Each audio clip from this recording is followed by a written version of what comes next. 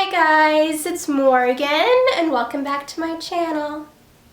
Today I'm going to be talking about episode 2 of season 2 of Prodigal Son, Speak of the Devil.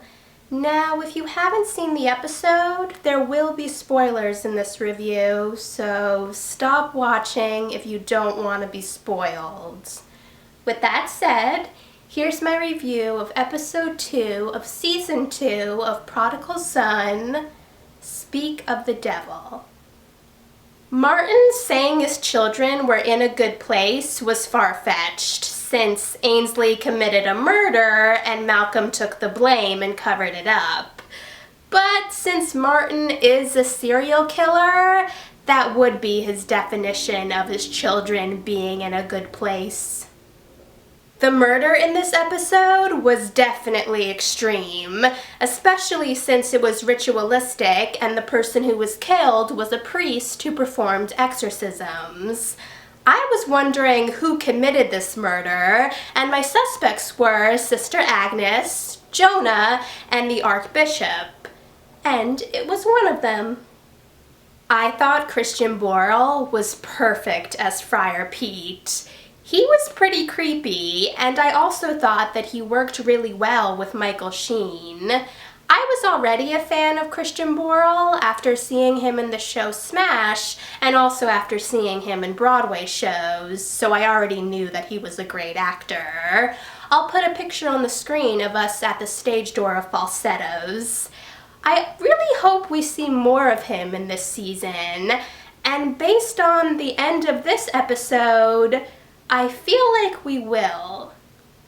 The scene when Malcolm and JT went to talk to Norman was eerie, but I also thought it was kind of funny when JT tried to stop Malcolm from crossing the line of salt. But Malcolm, being Malcolm, did it anyway to test his theory, which caused Norman to react. But it made Malcolm realize that Norman wasn't the killer, since Norman was out of control, and whoever the killer was seemed to be in more control. What happened to JT in the last episode was horrible, but I am glad that they're continuing the story and not starting and ending it in one episode, because this isn't something you can just move on from.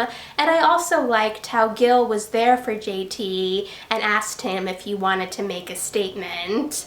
But I also understood why JT was worried about reporting what happened, because he didn't know how the other officers would react to him reporting on a fellow officer.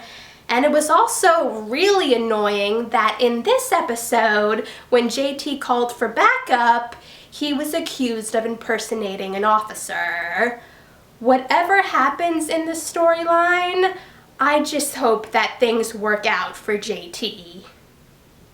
It was an interesting twist when it was revealed that the lead in the paint was causing Jonah to think that he was being possessed. And it was also a good red herring when everyone thought that Sister Agnes was the killer and that the lead in the paint was affecting her. But that wasn't true.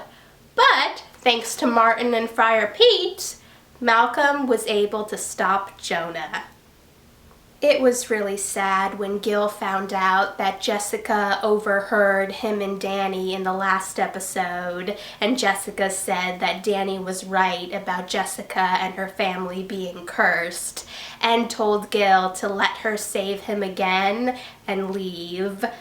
I know that it'll take a while, but I really hope that Jessica and Gil are together by the end of the season. While watching this episode and the previous episode, I was wondering if Ainsley really did black out after killing Nicholas Endicott, or if she actually remembers doing it. But in this episode, when Ainsley overheard Jessica and Gil talking and told Jessica that she thinks she's a little broken too, it made me think that Ainsley might remember more than what she's told Malcolm, or at least might know that there's something Malcolm isn't telling her. I guess we'll just have to wait and see what happens. You could tell that Martin was happy when Malcolm said that he's a part of him, but he was definitely upset when Malcolm said that now that he knows that Martin's inside him, he can tune him out.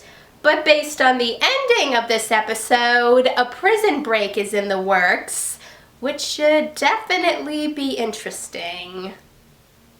Thanks for watching, guys! If you saw the episode, let me know in the comments what you thought about it. And if you want to see any of my previous Prodigal Son videos, check out the playlist. And if you want to see any of my future videos, hit that subscribe button and I'll see you in the next video. Bye!